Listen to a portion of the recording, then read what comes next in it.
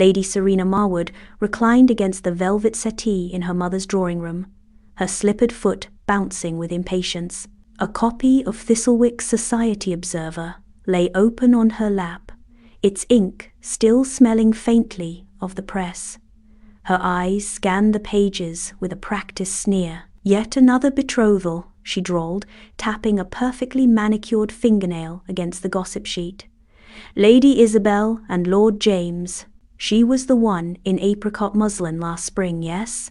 Looked perpetually startled. Isabel was perfectly sweet, her mother, Lady Marwood, said with a sigh, lowering her embroidery. "And that muslin was pink.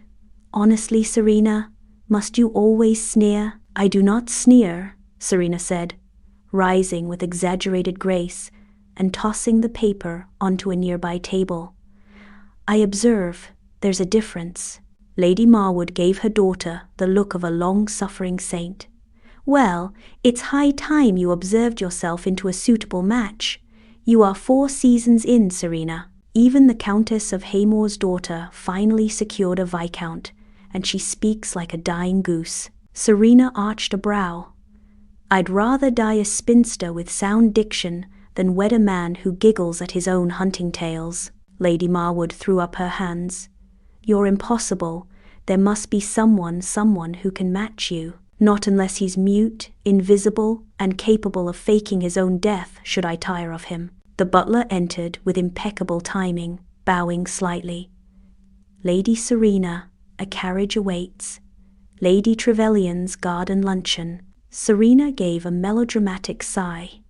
Another gathering of simpering debutantes and their doting mothers. "Shall I go dressed as a monk? It might be the only way to avoid being paraded about like a roast goose." Lady Marwood stood. "You'll go, and you'll smile, and for once try to seem less aware of everyone's flaws." Serena's smile was immediate and utterly insincere. "But what else would I think about, Mother? Certainly not courtship. That fevered fairy tale? No, thank you. I'll leave that to girls who cry over sonnets."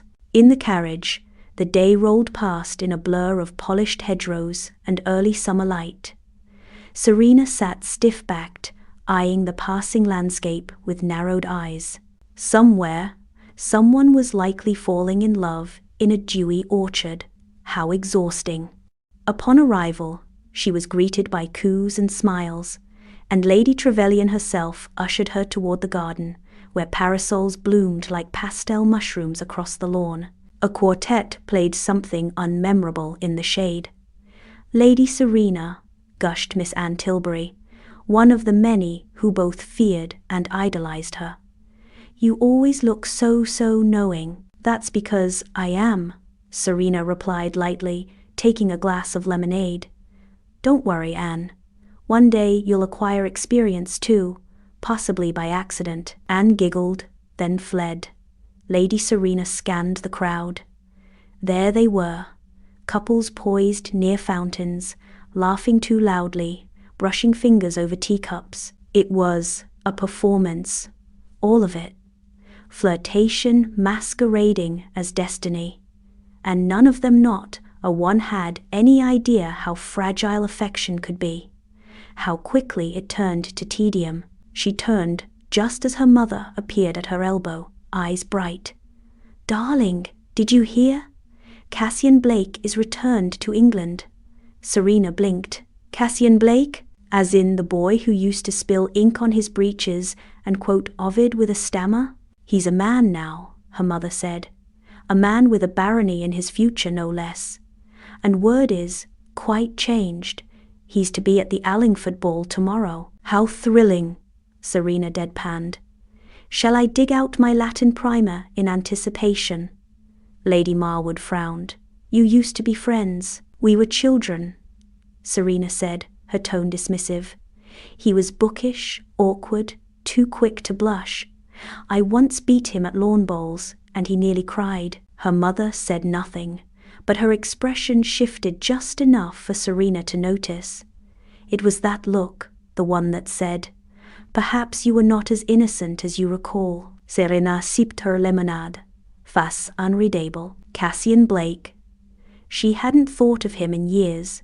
He'd left for the continent when she was barely 17.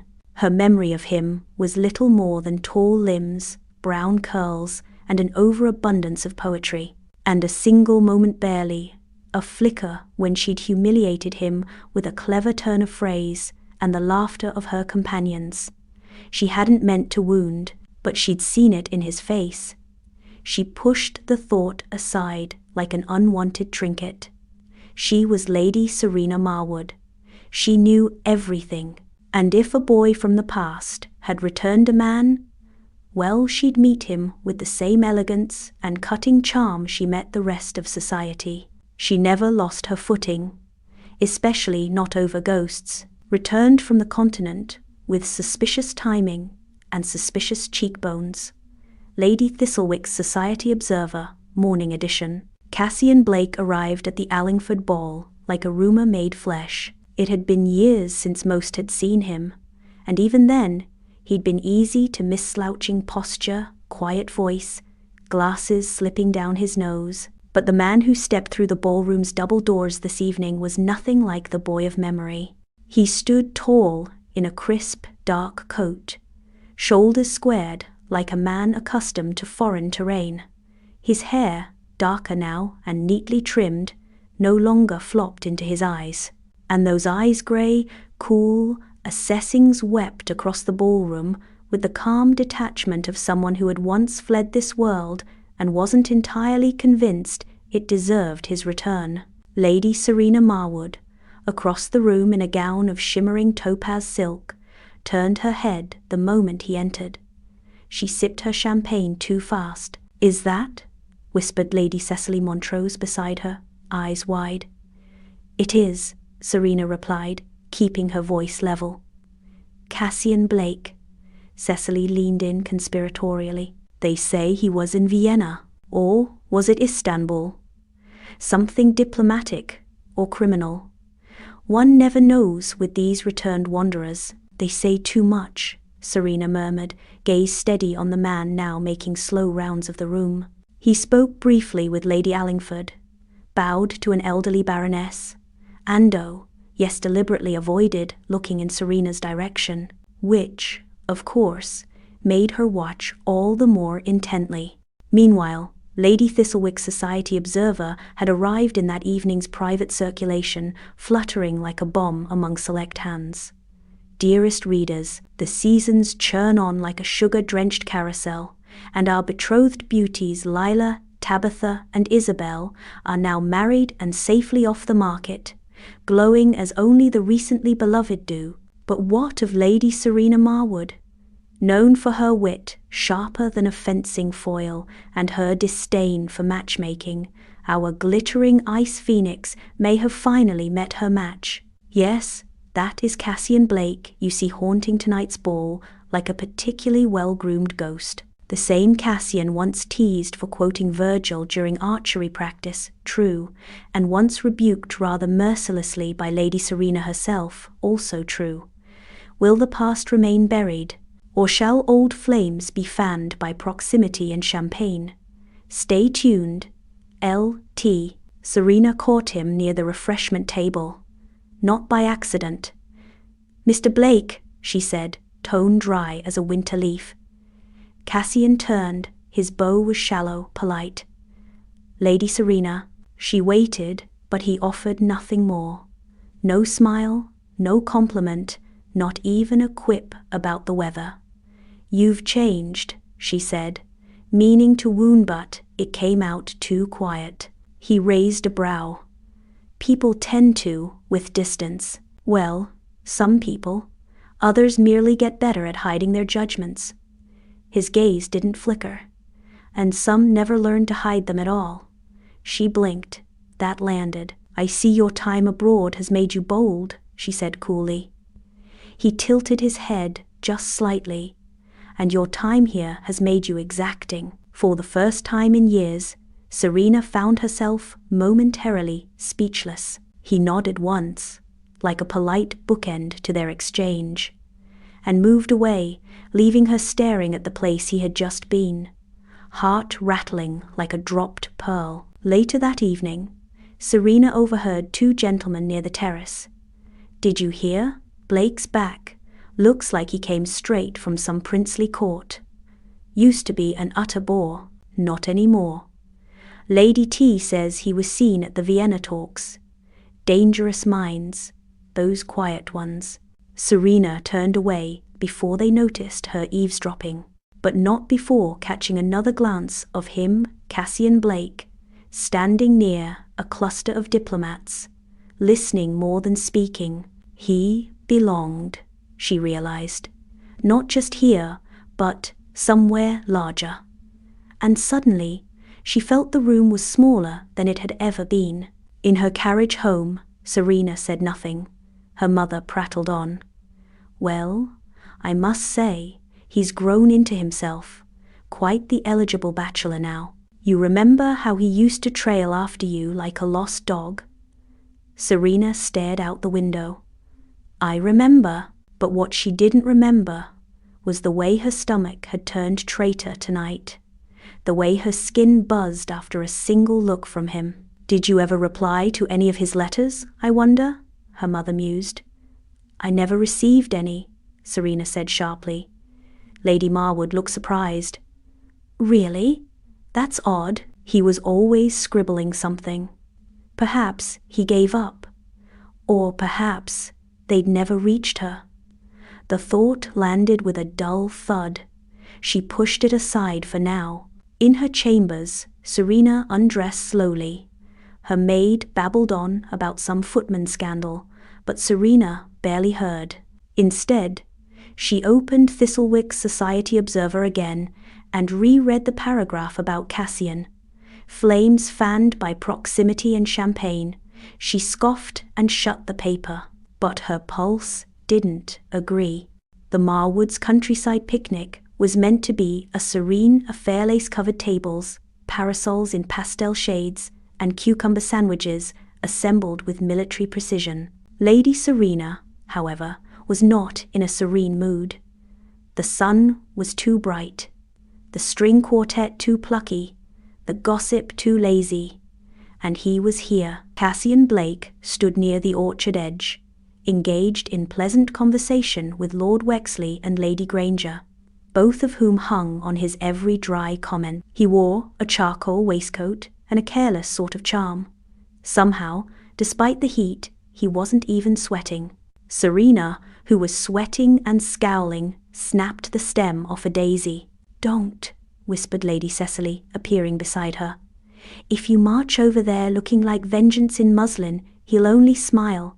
Worse, he might enjoy it." "I don't care what he enjoys," Serena said, tossing the daisy into the grass. "Liar," Cecily muttered, retreating with a sly grin. Serena waited until Cassian was alone, then approached with the purpose of a general and the poise of a storm cloud. "Enjoying your new-found popularity?" she asked, voice dripping with honeyed disdain. Cassian turned. "Merely conversing." She folded her arms. "How novel. Last I recall, you preferred books to people." "I still do," he said, without heat. "But I've learned that people occasionally read back." She narrowed her eyes. "And here I thought you went abroad to expand your mind." "Not your arrogance." "No," he said evenly. "I went abroad to escape dull conversation." The insult landed like a dropped stone. Serena blinked. "Excuse me?" Cassian met her gaze squarely. "No, just unkind tongues." His voice was calm, but the undercurrent was clear. The target unmistakable. Memory struck with the violence of a thunderclap. Years ago, the Marwoods had hosted a midsummer gathering, not unlike this one. Cassian, awkward and earnest, had recited Horace under the apple trees. Serena, 15 and bored, had laughed loudly. Others had joined. Cassian had gone silent, crimson, and left early. She had not thought of it in years, until now. Her spine stiffened. That was a jest. "It felt like ridicule," Serena bristled. "You've grown dramatic in your travels." and you've remained perfectly composed in your cruelty." Silence stretched, then softer than before. "You didn't deserve that," she said, eyes fixed on the orchard. He tilted his head, surprised. "Pardon?" "That day, the quoting. I remember. It wasn't," she inhaled. "It wasn't kind." Cassian studied her, surprised. "No, it wasn't. I was a child," she added. "You were clever," he said, "and very good at making others feel small." Another silence. A breeze rustled through the apple trees. A few guests strolled in the orchard, their laughter distant. Cassian picked up a fallen apple and turned it in his hand. "Do you know why I wrote those letters?" She looked at him. "Letters?" His brow furrowed. "You never received them." She shook her head slowly. "What letters?"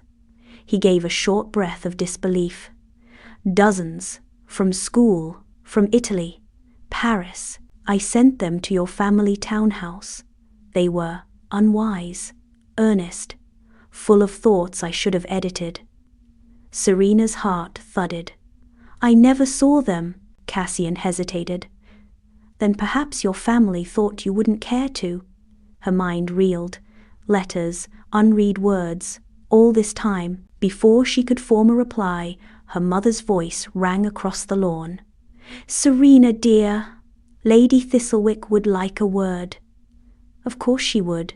Lady Thistlewick, resplendent in lavender lace and a hat the size of a serving platter, waved a bejeweled hand from beneath a nearby parasol.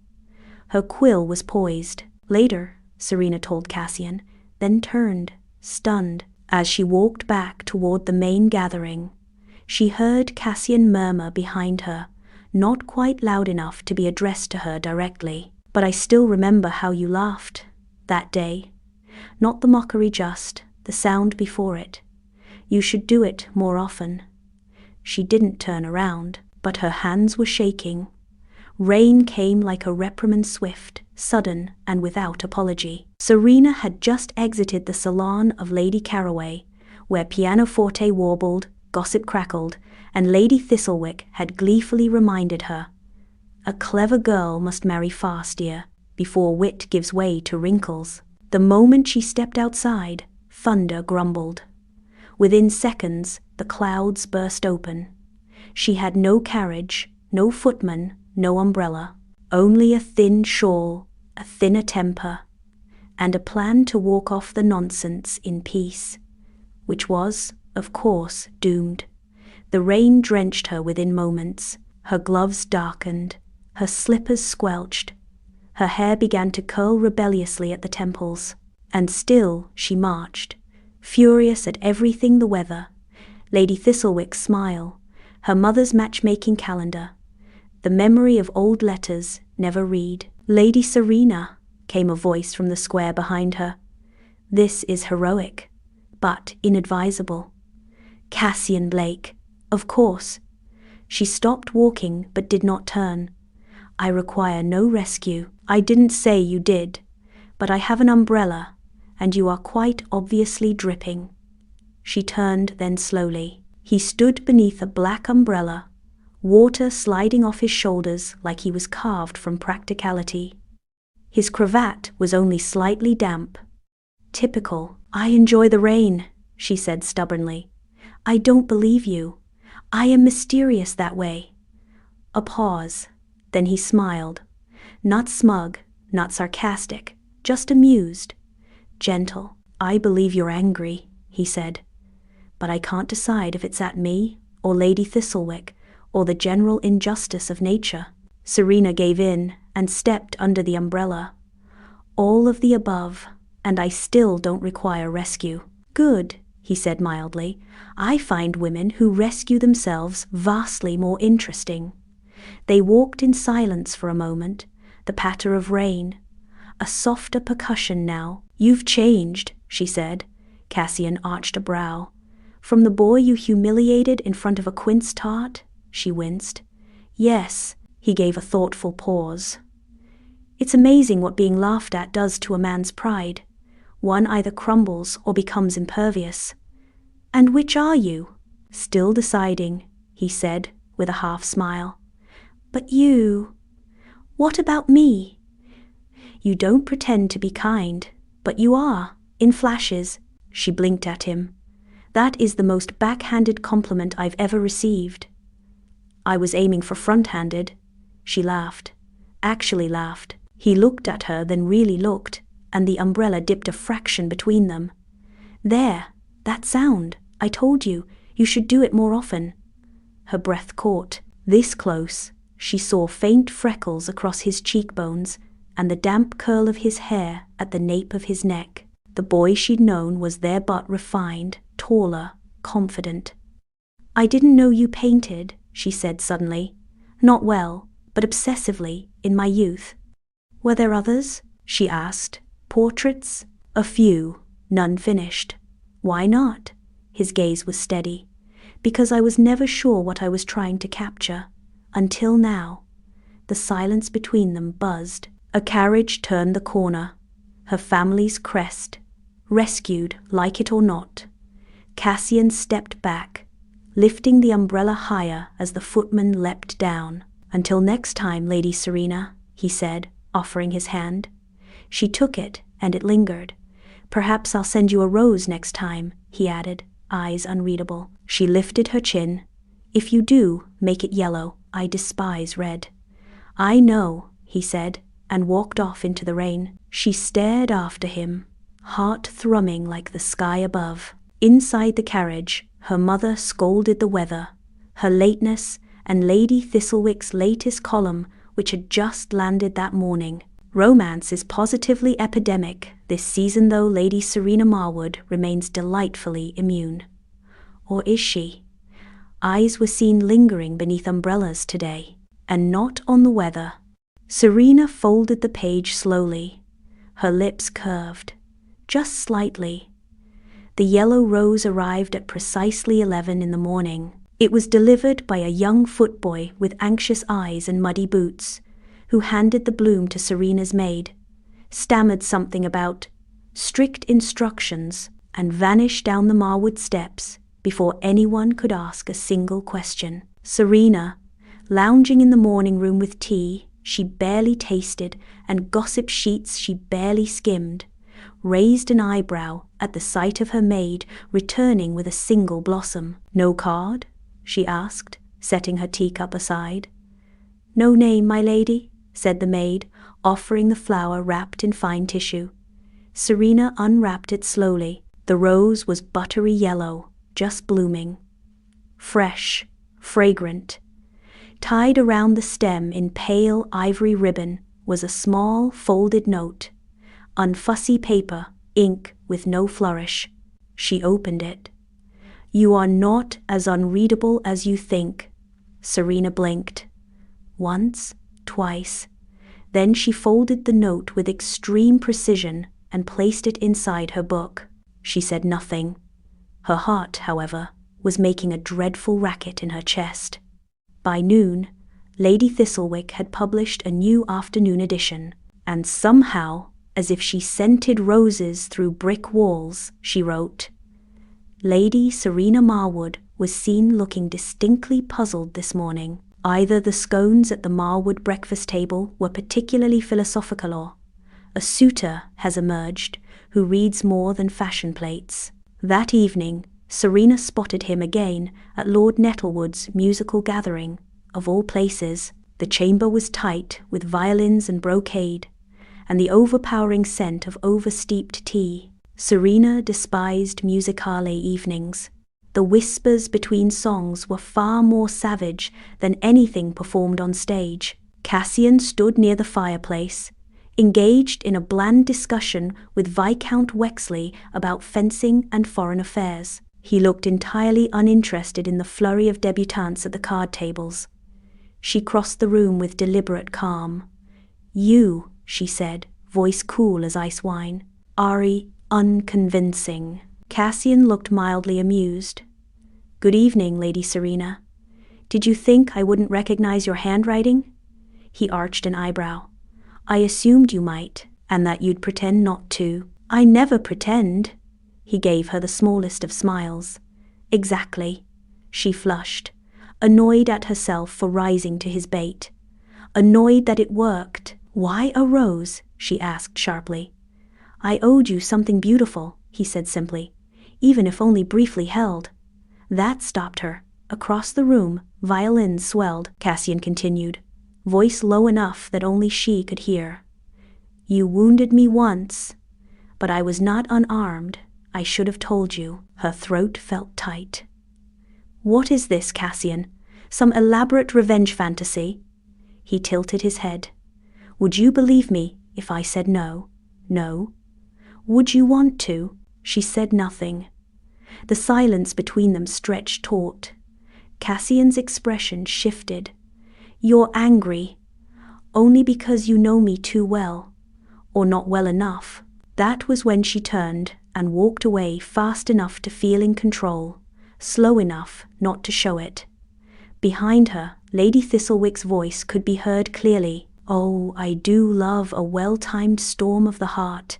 It never rains, it pours. Later that night, Serena stood before her mirror, the yellow rose in a cut glass vase on the windowsill. She reread the note for the 7th time.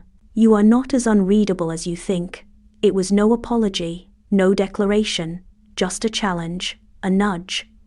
It made her feel seen and, disturbingly, hopeful, which she hated, which meant she couldn't stop thinking about it. It began with a drawer that stuck. Serena had not stepped into her childhood sitting room in months, possibly years. It was a relic of frilled cushions and faded toys, the kind of space left intact for sentiment decor in Lady Marwood's case, for strategic staging during family visits. But the room was empty that afternoon, and Serena, restless from too much gossip and too little clarity, wandered in. Something about the yellow rose in her room had unsettled her. She needed answer distractions. She sat before the old rosewood writing desk tucked beneath the window, one she had scribbled poems and sharpened pencils over in younger years. The left drawer slid open easily, the right resisted. Curious, she tugged. A sharp jolt, a splintered edge, and then it gave. Inside, nestled beneath scraps of forgotten paper and a broken quill, was a bundle of letters tied with fraying blue ribbon. They were all addressed to her. Serena stared, pulse quickening. Each envelope bore the same looping, unmistakable handwriting, Cassian Blake. Her fingers shook. She untied the ribbon. The first letter was dated 7 years prior.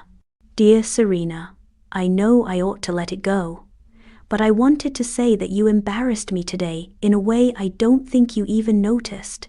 Or perhaps you did. Perhaps that was the point. Still, I'll remember your laughter sharp as glass and twice as pretty. Perhaps next time I'll earn it without bleeding. The second letter was gentler. The third, earnest. I thought of you in Venice. You would have scorned the gondolas and adored the opera. You never did pretend to enjoy nonsense. I miss speaking to someone who tells the truth. There were more, 16 in all, some frustrated, some funny. One enclosed a folded page of sketches clearly drawn in a hurry, but unmistakably of her. Laughing, pensive, fierce, Serena pressed the last letter to her chest, her thoughts reeling. Why had she never received them? Had her mother? A knock on the door startled her. It was Mina, the youngest maid. Her cheeks flushed pink when she saw the open drawer. Oh, no. I meant me lady. I never thought. Serena's voice was calm, but icy. These letters, you knew, the girl wrung her hands. I found them years ago, after Lord Marwood said not to let post come straight to you anymore. But two didn't want to throw them out. I kept them safe, in case you ever... You kept them? I thought maybe someday you'd want to know. Mina's eyes were huge. He must have written 100 times. Serena exhaled, her hands trembling. All these years, what had she lost? No hat had they lost. That evening, she sat on her bed with the letters fanned out like a fortune deck. Each word was a glimpse into a version of Cassian she hadn't allowed herself to imagine. He had admired her mind, he'd missed her, he'd been hurt and brave enough to say so. He had never stopped writing, even when she never replied, because she'd never known. Something inside her cracked, something old, brittle, and cruel. Later, as she descended for supper, Serena passed the table where Lady Thistlewick's latest edition lay folded open, hearts truly immune to memory. Lady SM may soon learn what lingers in the silence between old friends and even older wounds. Serena smiled. For once, she didn't mind being a headline. The invitation was unexpected and unsigned. But Serena knew the handwriting instantly. She had just spent a night immersed in it. The Duchess of Corbridge was hosting a private afternoon social at the Linden estate for select friends and artists. An informal gathering, supposedly, no orchestrated promenade, no eager mamas. Still, it was the perfect kind of trap. She arrived fashionably late, of course, in soft, floral blue silk that made her look more feminine, because if she were going to confront Cassian Blake and the ghosts of their shared past, she might as well do it beautifully. The gallery wing was quieter than she remembered. Light filtered through stained glass windows, casting gentle colors over unfinished canvases and dust-mottled busts. James and Isabel Mowbray were already there, standing together, easy in silence. They greeted her with a smile and the kind of knowing look that made her bristle. "Serena," Isabel said warmly. "It's good to see you." James gave a respectful nod. "We were just admiring the boldness of half-finished things." "Bold?" Serena arched a brow. "Or merely abandoned?" Isabel smiled softly. "Sometimes it takes bravery to pick up a brush again." Serena made a polite excuse and moved deeper into the room, fingers trailing along the edge of an easel. And then she saw it, tucked into the corner of the Galleria canvas, half-draped, forgotten by everyone except the one who had painted it. It was her, or rather, a younger version of herself, laughing mid-turn, hair undone by wind, eyes mischievous. Her breath caught. She remembered that day. She had been 16. Cassian had tried to paint her in secret until she'd caught him and teased him mercilessly. She hadn't known he'd kept it, or that he'd tried to finish it. "It's not how you usually see yourself," came a voice behind her. She turned. He was there, Cassian, standing just beyond the golden spill of light. "No," she replied, her tone carefully neutral. "She's rather alive, isn't she?" He walked closer. "She was, before you taught her to be afraid of being seen." Serena blinked. "That girl," he said gently, "used to talk to me like the world couldn't hurt her. I wanted to capture that once, but then—" "You left," she cut in. He didn't flinch. "You laughed." She looked away. "You embarrassed yourself." "I trusted you." Those 3 words landed like a stone in a quiet pond. Serena folded her arms, suddenly unsure. "You were an awkward boy. And you were a dazzling storm of opinions," he said. "But I didn't mind the lightning. I just didn't expect it to strike me." A long silence followed. "I read your letters," she said at last, voice low. "All of them. Found them in a desk I hadn't opened in years." Cassian's mouth twitched in a bitter smile. "Then you know, I never stopped wondering if you ever thought of me." "I did," she admitted, her voice barely above a whisper. "But not kindly." He stepped closer. "I know. And yet," she added, meeting his gaze, "you painted me anyway. I never could stop looking at you." A beat passed. Her heartbeat thundered. "Why now, Cassian?" she asked. "Why return?" "I came back for family. I stayed," he hesitated, "because of a woman who once laughed like that painting." And because I saw in her eyes still someone who needed to know she was worth loving, even if she pretends she doesn't want to be. Serena blinked, startled by the burn behind her eyes. "You're very poetic for a baron's heir," she murmured. He shrugged, one brow raised. "Perhaps I read too much abroad, or perhaps I just remember every word I never got to say." Another beat. Soft footsteps echoed down the corridor. Other guests. Serena touched the canvas lightly. "It's unfinished," he nodded. "Because you stopped looking at me that way." She looked up. "And if I start again?" Cassian's eyes warmed. "Then I'll pick up the brush." Later, as she stepped into her carriage, heart still pounding, she saw the glint of a new gossip sheet folded beside her. Lady Thistlewick, of course. Some portraits never fade, no matter how many seasons pass. And some ladies, though they pretend otherwise, are worth every brushstroke of devotion. The final ball of the season was always a spectacle, but this year it felt almost mythic. Every candle in Almack's glittered brighter. Every diamond shimmered with gossip, and Lady Thistlewick's latest edition had been tucked under fans and whispered behind gloves all evening. It is said that even the fiercest hearts may one day learn to flutter. Lady Thistlewick's Society Chronicle. Serena arrived in deep plum and blue silk, hair swept into a Grecian knot, a tiara of amethysts atop her head, like a crown for a queen who ruled by wit alone. She didn't look at Cassian as she entered, but she felt him immediately. He stood across the ballroom, speaking to James Mowbray and the Viscount of Hawbridge. Laughing, lightly, how irritating. Isabel drifted to her side with a fond smile. "You look formidable," she said, offering a glass of champagne. "Don't I always?" Serena sipped. "You also look nervous." Serena's eyes narrowed. "I am never nervous." "Of course not. That's why you're scanning the crowd like a hawk waiting for a mouse." Serena turned away sharply straight into the Duchess of Corbridge. "My dear," the Duchess said smoothly, "if you stare holes into the floorboards, the dancers will trip. I was simply calculating escape routes." "I see. And does one of those routes include the terrace? Or perhaps the portrait gallery?" Serena flushed. "Is everyone conspiring to matchmake me tonight?" "Certainly not," the Duchess said, amused. "We've been conspiring all season." Before Serena could retort, the music shifted. A waltz, romantic, dangerous. Cassian appeared at her elbow.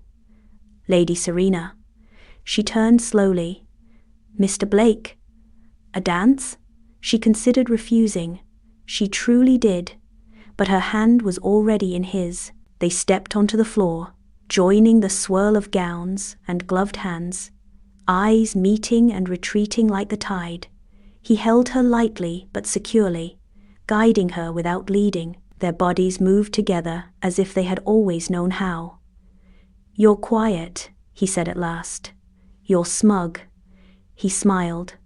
"You don't deny the attraction anymore." She tilted her head. "I don't deny anything. I merely choose not to perform it." "Then why dance with me?" She hesitated just long enough. "Because I wanted to," she said, "which is altogether infuriating." He laughed, genuine, low, warm. "And yet, here you are." The music slowed.